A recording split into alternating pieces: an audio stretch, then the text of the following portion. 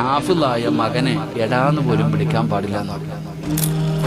നിങ്ങളുടെ മയ്യത്ത് പള്ളിയിൽ കൊണ്ടുവെക്കുമ്പോൾ നിസ്കരിക്കാൻ ഒരു ഹാഫിള് കൂടെ വേണ്ടേ?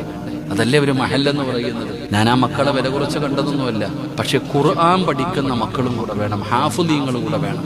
ഒരു 10 മക്കളെ നിങ്ങളെ ഹാഫിളാക്കാൻ നാട്ടുകാർ മതി, വേറൊന്നും വേണ്ട. നിങ്ങളുടെ നാട്ടിലുള്ള ഒരു 10 മക്കളെ കൂടെ നിർത്തിയിട്ട് ഒരു ഹാഫിൾ ഉസ്താദിനെ കൂടെ നിർത്തിയാൽ അൽഹംദുലില്ലാ.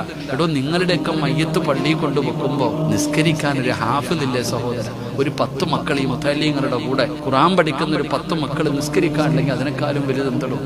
എടാന്ന് വിളിക്കാൻ പാടുണ്ടോ? ആരെ നമ്മളെ മക്കളെ എടാന്ന് വിളിക്കൂലേ?